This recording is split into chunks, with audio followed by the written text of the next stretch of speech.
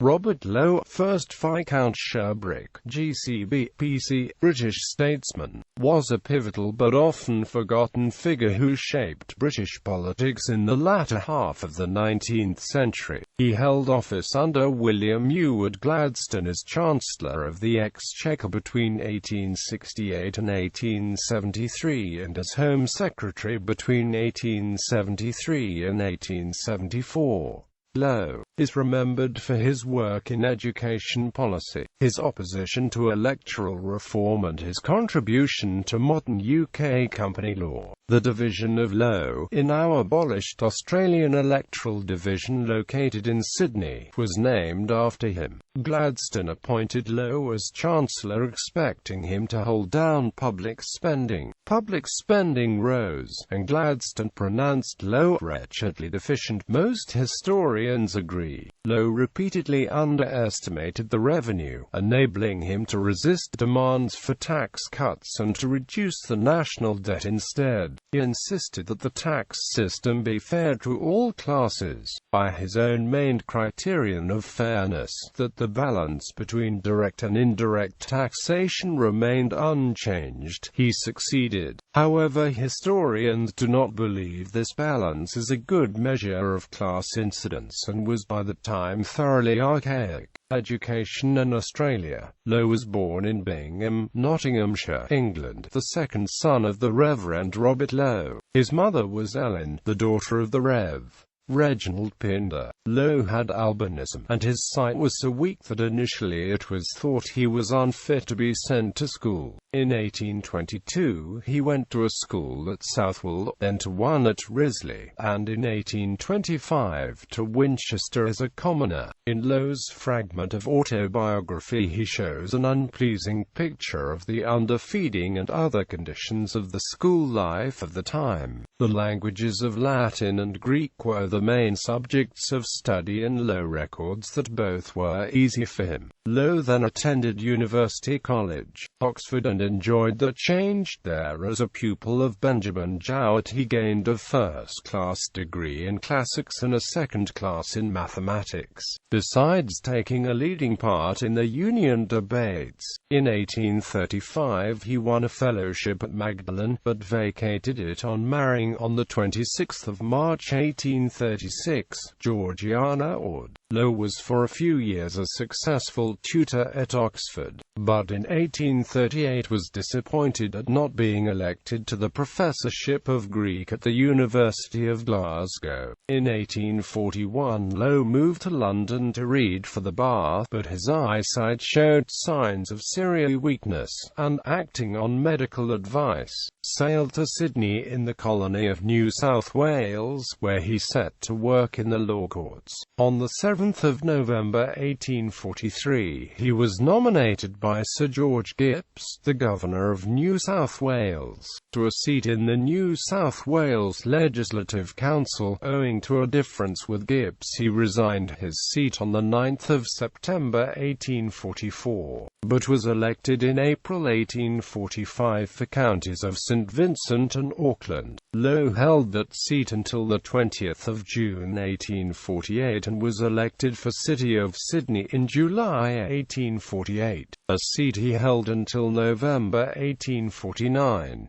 Lowe soon made his mark in the political world by his clever speeches, particularly on finance and education, and besides obtaining a large legal practice, he was involved with the founding and was one of the principal writers for the Atlas newspaper. In 1844, Lowe defended a Royal Navy captain, John Knatchbull, on a charge of murdering a widowed shopkeeper named Ellen Jameson. He was one of the earliest to raise in a British court the plea of moral insanity. Knatchbull was hanged on the 13th of February 1844. Lowe and his wife adopted Mrs. Jameson's two orphan children, Bobby and Polly Jameson. On the 27th of January 1850, the Lowes and the two Jameson children sailed to England, where he would enter political life. England and Parliament. Lowe's previous university reputation and connections combined with his colonial experience stood him in good stead. The Times was glad to employ him and, as one of its ablest leader-writers, he made his influence widely felt. In 1852, he was returned to Parliament for Kidderminster in the Liberal interest. In the House of Commons, his acute reasoning made a considerable impression, and under successive Liberal ministries, he obtained official experience as Secretary to the Board of Control and Vice President of the Board of Trade. During his time there, he saw the Joint Stock Companies Act 1856 passed, the first nationwide codification of company law in the world. He has been referred to as the father of modern company law. This statement was again referred to in the presentation by Lord Sainsbury of the second reading leading up to the new United Kingdom Companies Act, 2006. 150 years ago, my predecessor Robert Lowe, later 1st Viscount Sherbrooke, brought forward the bill that created the Joint Stock Limited Liability Company. It was the first nationwide codification of company law in the world, and he has recently been described as the father of modern company law. Our company law continues to have an excellent record. Since 1997, new incorporations have risen by over 60%, and the number of foreign firms incorporating in the UK has more than quadrupled. No doubt this is because, according to the World Bank's assessment, it is quicker and cheaper for companies to set up in the UK than in any other EU member state. Quote, in 1859, Lowe went to the Education Office as Vice President of the Committee of the Council on Education in Lord Palmerston's ministry. There he pursued a vigorous policy, insisting on payment by results, and bringing in the revised code, which embodied this principle and made an examination in the 3 R's, the test for grants of public money. He felt then, and still more after the Reform Act of 1867,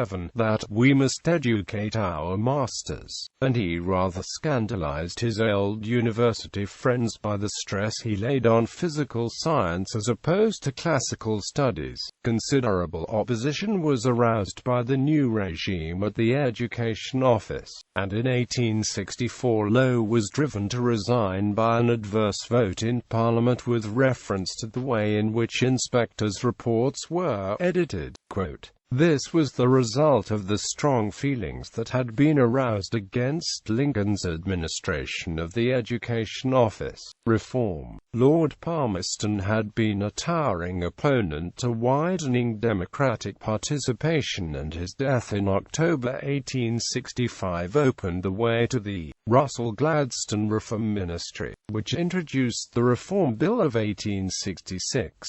Lowe carried on his former Prime Minister's views as part of the Canning and Peel liberal school. Moreover, he had been heavily shocked by his experiences of the comparatively developed union movement in his time in Australia in a less rigid class system. He had already made known his objections to the advance of democracy, notably in his speech in 1865 on Sir Edward Baines's Borough Franchise Bill. He was not invited to join the new ministry. Lowe retired into what Bright called the Cave of Adullam, and with other Liberals and Whig peers opposed the bill in a series of brilliant speeches, which raised his reputation as an orator to its highest point and helped to cause government's downfall. However, Benjamin Disraeli, who led the subsequent Conservative government, proposed his own reform bill, which by splitting the parties succeeded to become the Reform Act 1867.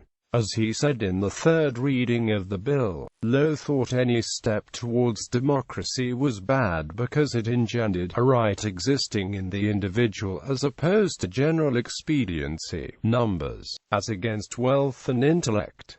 So the bill contained the terms of endless agitation. Proponents of the bill argued a lower property qualification would give the vote to respectable members of the working class. But Lowe thought. Being a man of company law, Robert Lowe saw unions as a threat to the order, which, as he drafted, allowed only for social participation through investment of capital, not investment of labour. As it was the case that participation in Parliament was also only possible through possession of property, Lowe was fearful that a change in one part of the world he understood would lead to another, ending in unforeseeable chaos.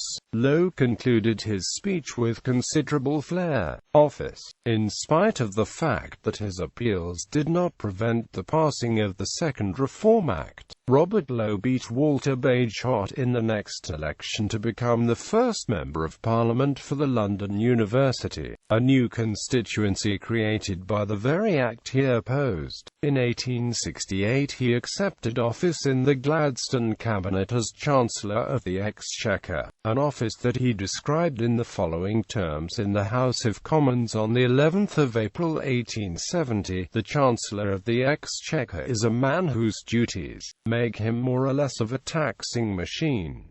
He is entrusted with a certain amount of misery which it is his duty to distribute as fairly as he can." Lowe was a rather cut-and-dried economist, who prided himself that during his 4 years of office he took 12 millions off taxation, but later opinion has hardly accepted his removal of the shilling registration duty on corn as good statesmanship, and his failures are remembered rather than his successes. His proposed tax of a halfpenny a box on lucifer matches in 1871 roused a storm of opposition, and had to be dropped. In 1873 he was transferred to the Home Office, but in 1874 the government resigned. Lowe spoke against the Royal Titles Bill in 1876 at East Retford and implied that Queen Victoria had been responsible for the bill's introduction. As a result, when the Liberals returned to power in 1880, Victoria made it clear that she would not accept any ministry that included Lowe. Nevertheless, he was raised to the peerage as Viscount Sherbrooke, of Sherbrooke in the county of Surrey, against the express wishes of Queen Victoria, but with the backing of William Gladstone. In 1885, he was also further honoured by being created Knight Grand Cross of the Order of the Bar, but from 1875 till his death at Wallingham, Surrey, his health was constantly failing, and by degrees he figured less and less in public life and ended up becoming a supporter of the Liberal Unionist Party in 1886.